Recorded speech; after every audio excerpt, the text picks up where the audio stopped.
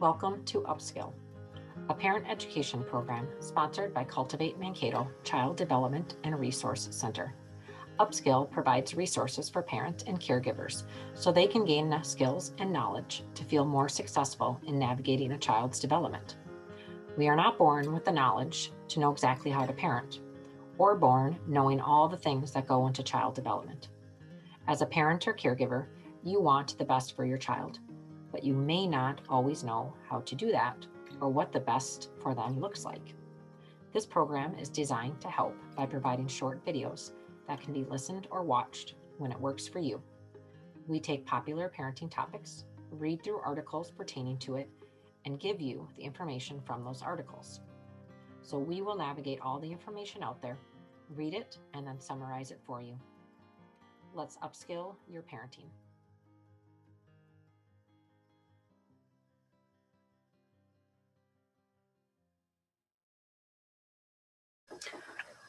Welcome to Upskill.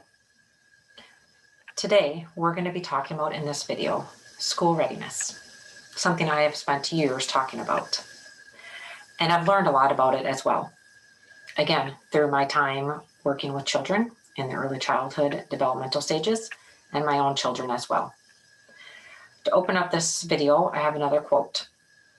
A child's social, emotional, and behavioral readiness is exceedingly more important than what some assume to be academic readiness.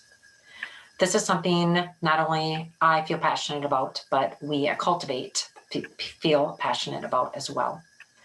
There are so many things that we can do to help your child get ready, and we believe that the social emotional development and their ability to meet the expectations when they go to kindergarten is very important and will help them be able to have that smooth transition. That's really all we're working for, is we want that child to go from a place they've been with for quite a while, for some maybe their entire life up till that point, and be able to go into that and feel confident and comfortable and ready to take that on.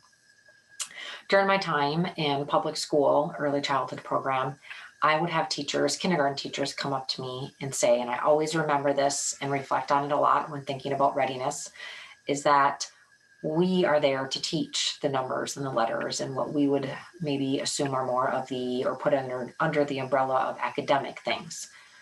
We've got that. We just need the kids to be able to come and be excited and ready to learn, and to be able to meet those basic expectations of sitting at the carpet, enjoying a story, listening to directions, things like that. So I've always remembered that and taken that very seriously.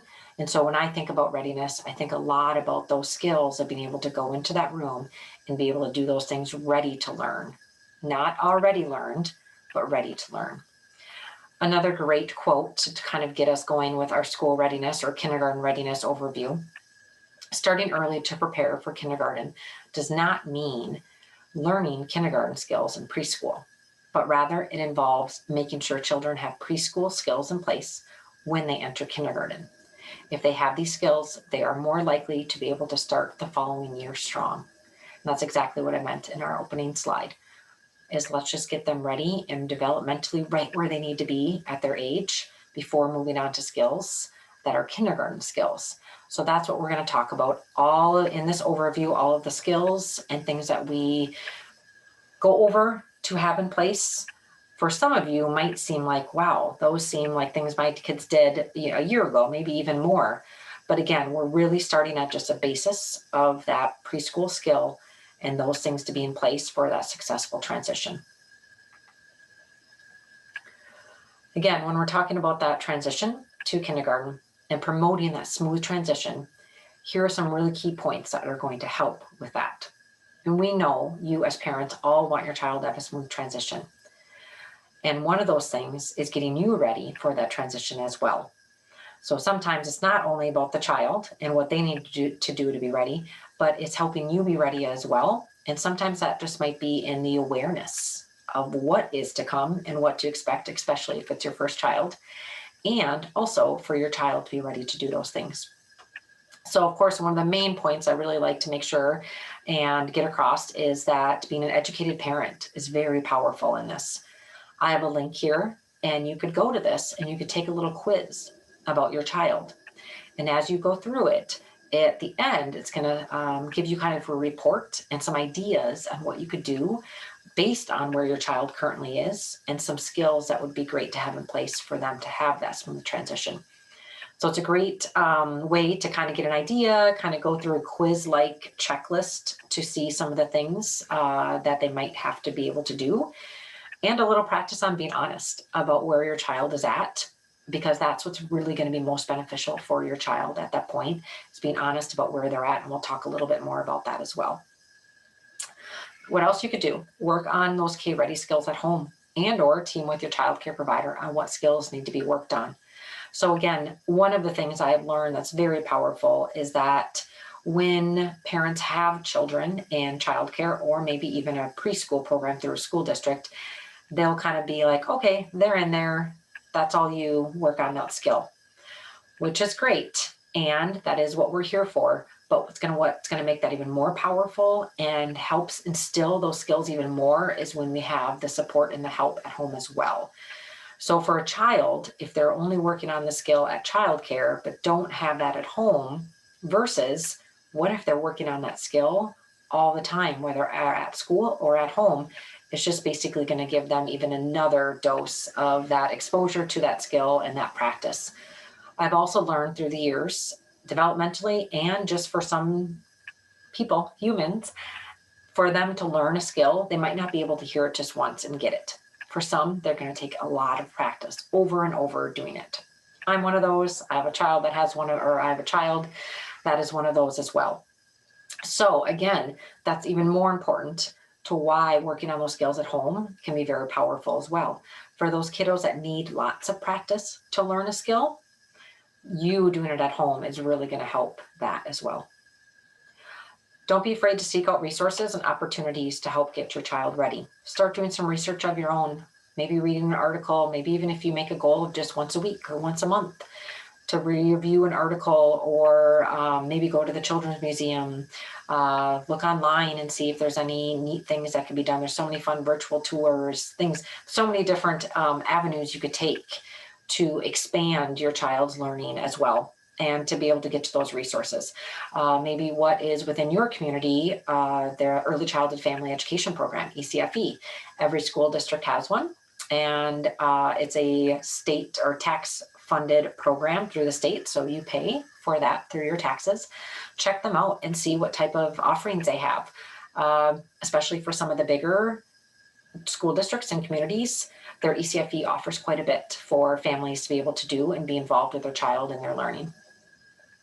Be prepared as a parent for what is to come and what you will be responsible for. Again, your awareness is just powerful in itself. It's always hard for me if I have a parent that will come to me after their child started kindergarten and go, I had no idea. So that's, again, something that's instilled in me that I really want to be able to, the parents that I work with and the families I work with, be able to let you know and for you to be aware of. So another tip would be as well, if you have a fellow parent friend that has children in school and has already gone through the kindergarten transition, talk to them and ask them about their experience and what it was like, what surprised them, what went well, things like that. And so again, school readiness doesn't always have to do with the children being ready, but also the parents, and the aspect of when we talk about what you are responsible for, getting them registered, the supply list, all of those pieces. What type of parent portal do I need to be on? Those are all things that will come once you do that. And busing, what do I need to do for that? What kind of communication will be in place? One thing that I find a lot is with newsletters and that communication piece. Right now, if you are in a program that offers a newsletters, get really good and just practice yourself about how to be routine with those newsletters. What's a good routine to make sure you do read them? Does it work to have it in your inbox and you just go through and read it at some point? Does it work for you to do it right when you get it? It's going to take you a few minutes, but do it right away. Otherwise, you'll forget about it. Some people, they've printed it off and they've set it out for them to read when they get a chance. So everyone's kind of different, but I definitely suggest, as a parent myself, I'm one of those that I have to read it right when it comes. Otherwise, I forget about it. And practice that and make sure that you are Being responsible for the things that are being communicated to you, because trust me, any program you're a part of or school district, they work really hard to communicate with you and get you that information. And another little tip as a parent is, before I ask questions, I always go back to the newsletter or maybe an email that I know I got that was regarding that subject, but I never read it right away.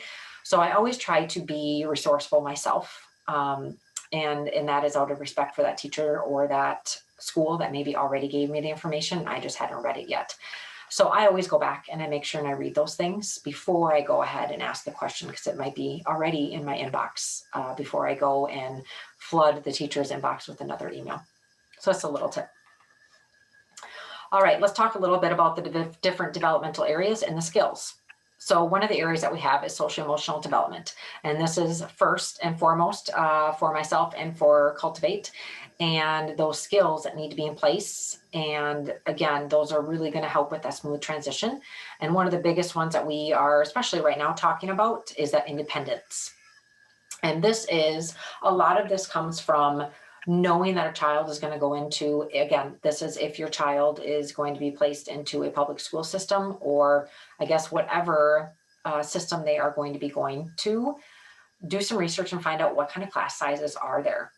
If you are going to have a larger class size and maybe a lower teacher to child ratio, those are things to think about. And how do I help my child be ready for going into a classroom with 20 kids, maybe even more, and one, possibly an assistant to help here or there, be successful. And this is not to help the teacher and make things easier for her, even though that would be great as well. This is to help your child. I always put myself in a child's shoes, and when I'm going to school and we're going to go get ready to go outside or maybe gather some supplies, go to the bathroom, things like that. And if I'm able to do those things on my own, how good that must feel. And the feeling that probably goes over a child is, I did this all by myself. Or do I have to sit and wait for the teacher and I might not get help? Or maybe if I'm waiting for help, I lose out on the 20 minutes of free time or recess time that was even given to me.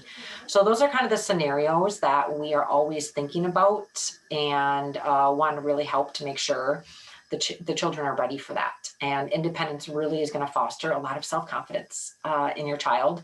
And that's what we want as well.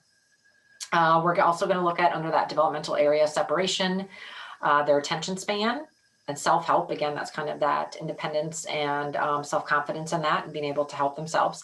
Positive peer and adult interactions. We're also going to look a little bit at the language and literacy development, lettered knowledge, writing, the reading or being read to, and rhyming and phonics. We'll go a little bit more detail into specific skills under each one of these to kind of help you get a grasp on that. So here are some of those specifics. Oh, sorry, I skipped this one. Here we go. Motor development. So when we talk about motor development, there are two types of motor development. We have the fine motor, which I think of small muscles, little muscles, so those would be in your finger. And then we have large motor, so think large muscle. So for the fine motor, we're going to be looking at scissors, writing tools, and what we're going to be looking for is the correct grip, and then beading or lacing. So anything where those fingers are coming together, and what would be that pincer grip. Those are going to be anything that would work that. And then the large motor, running, jumping, climbing, walking, standing, sitting, and balancing. And then cognitive development, that's where we're going to be looking at your problems, the child's problem solving skills. How do they play in their imagination when they play? Are they able to go into play in the kitchen and pretend play those things, or take something and symbolize it to represent something else? And how do they explore things? Are they curious about it? Do they ask questions? Do they try to maybe take something and make it into something different or create things of their own? And then the math and science skills also fall under cognitive development. Some of the specific skills, identify most letters of the alphabet. So this is one that I will always explain to parents kind of in a progression that really start with your child's name. And do they know the letters of their name? So a little tip on this when you're practicing it is, don't always practice it in the right order, because then what happens is they're actually just learning it in that order. So if they were showing that letter out of context of their name, they wouldn't know it. So that's a really good tip, is to, yes, they might be able to rattle off their name really quick and say it, L-A-U-R-A, or as they're looking at it, they just know an order, but do they actually know the formation of that letter seen somewhere else? Or if you do it in a different order, it's that letter. So again, a little tip on that one. And then again, go from there. And maybe we're going to start learning mom's name or a sibling's name or things like that and looking at those letters. Grip of a pencil, crayon, or marker correctly. And so again, what we're looking for is that pincer grip and where they're grasping it. So when they're just doing a full fist grip on it, that would be their first stage of it. And then we eventually want them to start moving to the pincer grip. So that's exactly in this stage right now. If your child's getting ready to go to kindergarten, we definitely want them to be developing and moving on from the fist grip, we would call, to the pincer grip. And then another thing is just making sure where they're holding it on the pencil, that it's not up too high or too low, and kind of helping them with that. Some people ask about right and left, and that piece of it, that actually could develop still even through kindergarten, and what hand they're more dominant in. Some tips I give is that when they're writing, I have a lot of children that will go and write, and then all of a sudden they'll switch, or when they're cutting, and then they'll switch. And you can tell right away they're not cutting as easily, or something seems off. So instead of telling them switch, what I do is I help them acknowledge what feels better. So I'll tell them, hey, I noticed you switch hands. Which one feels better? You did it with this hand for a little bit, and then you did it with this hand. Which one feels better? And then they hopefully will be able to tell you and say, then I would use that hand if that's what feels better. But if they want to use both for a little while, there's nothing wrong with that, because all it's doing is building those fine motor skills in both hands. Then we're also going to look at scissors, glue, paint, and other materials with relative ease. So again, are they just aware of how a glue bottle works, how a glue stick works, paint, things like that. Write first name using uppercase and lowercase letter. So this is a great thing to practice as well. And one of the main things that is hard to do, and a culprit of it myself, but learned again from kindergarten teachers and occupational therapists, and they do a lot with handwriting. And that's a whole nother thing that we could probably do an upskill video on, is OT, occupational therapy, and handwriting. And there's so much behind that as well. So one of the biggest things that will happen is children will learn how to write their hand all uppercase, or their name all uppercase. And then to go and try to change that or get them out of that habit can be really tough. So again, if you are starting to work on names right now, which is a great thing to do at home, please, please, please, on behalf of the kindergarten teachers and all the occupational therapists out there, get them to just write the first letter as a capital and the rest of them as lowercase. That'll definitely pay off and be beneficial for all of you. And then classify, sort objects according to their size, shape, and quantity. So sorting different objects into colors, into size, maybe even both, is a great thing for their cognitive development. And that is something simple you can do at home, whether you're using silverware or plates, or some of their toys that are there, maybe towels. There's lots of different things that you could at any minute have them do and sort. And then counting to 20. And what we mean by counting to 20 is called rote counting, which is 1, 2, 3, 4, 5, 6. So just counting out loud. And then the other type of counting is one-to-one correspondence. And that is when on the last bullet where we talk about counting out 10 objects. So that's where they'd actually be using their finger and put it, for each object they see and counting it out. Some more specific skills to work on is speaking and using complete sentences. This one can be really tough as a parent because you just kind of get used to how your child talks and their speech or whatever it may be. So really trying to be objective and stepping back and listening to them and making sure they're finishing the sentence. Or one culprit I find, and I did this again myself as a parent, was I would ask them a question and then they'd start talking about something else, and I just kind of keep going with it and eventually ask the question again. So what I started doing is just be more aware that when I ask a question and they go on to something else, be like, oh, first answer my question and then you can go on. So these are just simple things that when you think about speaking and talking, what kind of things could we be more aware of at this point with 6 months to go before kindergarten, that we could really be practicing with them and helping them. Controlling emotions. There is another upskill video that I did on handling big emotions, and there'll be some more that revolve around emotions. So if that's something that you feel like I really would love to learn more about and get more in depth with, that would be on some of the other upskill videos if you'd like to. But being able to control those emotions, again, this is developmentally very appropriate for them to be having really big reactions, I should say, to their emotions. And it's just us teaching them how to handle these emotions in a very acceptable way. So when you're in a classroom and you're having those really big emotions, what is acceptable versus not acceptable? And again, that would be a great help for you as a parent to be demonstrating and modeling those things and helping them and talking through those with them. Identifying rhyming words and repeating full name and birth date. Play independently or focus on one activity with a friend for up to 10 minutes. So again, what we mean by independent is where they do not need any support you involved. That could be support of help me do this, or help me through an emotion, or help me through a problem. So basically, can they do that, and can they work through those different things that come up without needing the adult to help them? Manage bathroom needs, and this includes wiping your bottom after going number 2. So that is a really big one as well that we have been focusing on and working with them for. So again, we're going to encourage them to try and do the best they can. If they need a little help at the end, we can do that, but we really need to help them work through that to be prepared for that. Dress himself.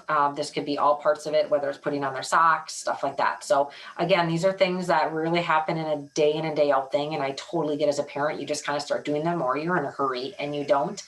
But maybe just making it as a goal for yourself to be ready for school, that you are going to wake up 10 minutes earlier, just to allow for that time to be a little bit slower in the mornings to get out the door with your child being more independent with the things that he's doing. Following directions. So at this point, what we want them to be able to do is follow a 2-step direction, maybe even a 3. So we want a child to be able to say, can you go get your coloring box and grab a toy from the counter? That step. Or can you grab your coloring box and go to your spot at the chair? Some other examples might be, could you please go get dressed to go outside, and then I need you to wait by that wall. So those would be 2-step directions. Can they do each of those successfully, or they need a lot of help along with each of those directions? Clean up after himself. Again, that's just being aware of when I'm done with a certain toy, or when I'm done with these markers, whatever it be. Think about at home when a child is done with something, or do you feel like you're going at the end of the day and cleaning up all their little messes? That could be just a little reflection on yourself saying, you know, I think this is something that I need to make sure to have them do a little bit more of. And when they're done with one activity or project or thing that they're working on, have they clean that up before they go on to the next thing.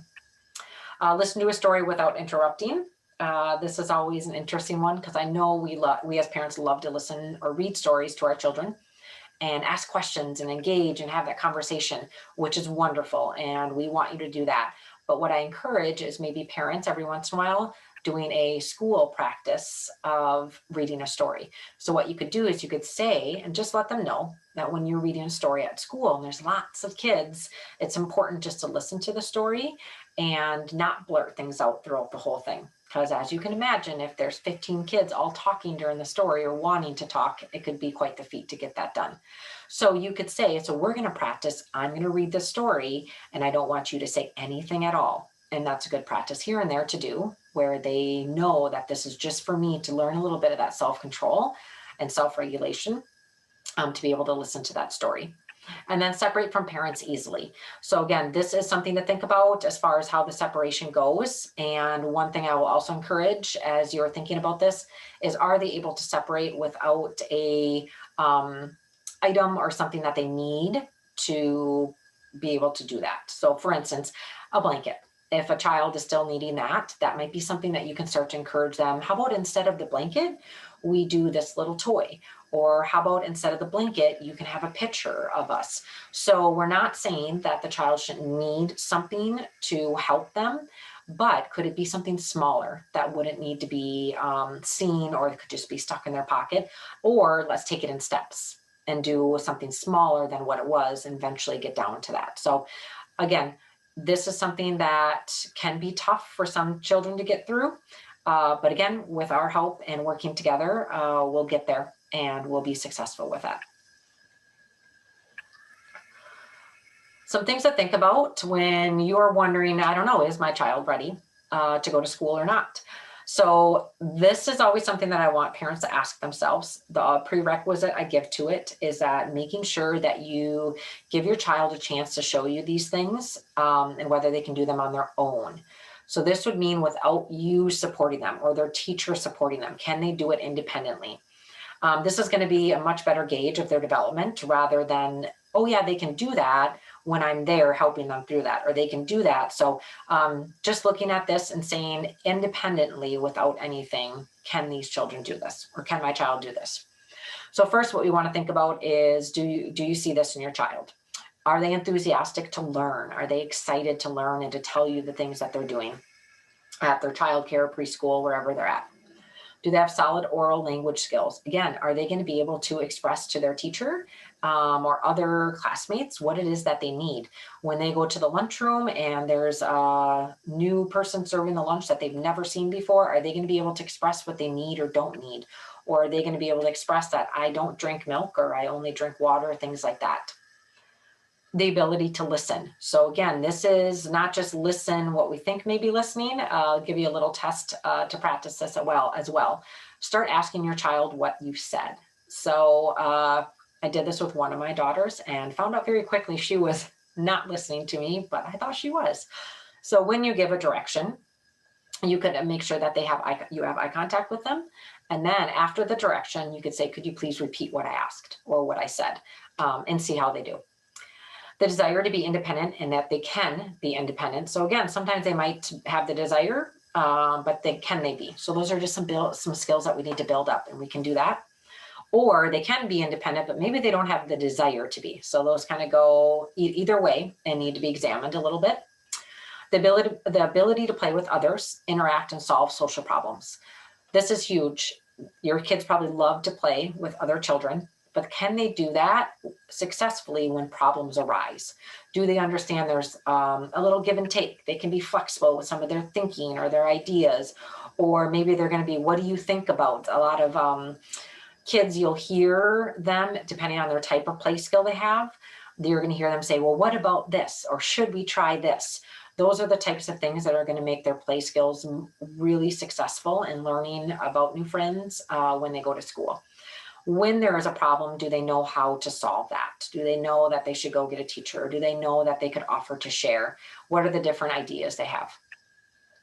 Strong fine motor skills. So again, how are they doing with those scissors and that pencil and drawing, things like that?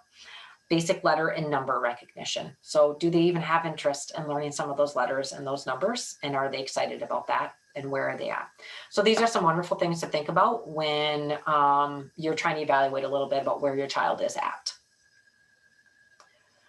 So to finish up our video on school readiness, kindergarten readiness, I wanted to just talk to you a little bit more. I have some more resources and we'll be doing some more through our upskill program that we have. And so if you want to, you could subscribe to the upskill, and for each month for the next 6 months, so right up to when they're going to be starting kindergarten in the fall, we will explore a developmental domain. So we're going to look at social emotional 1 month, physical, language, cognitive, literacy, and math. So we're just going to basically get more in depth with each one of those, what types of skills are within that domain and where your child should be. So that's always kind of the hard part too, is I don't know where they're supposed to be with each of those developmental areas and the skills. And then I'm going to give some basic ways that you can promote and increase those skills.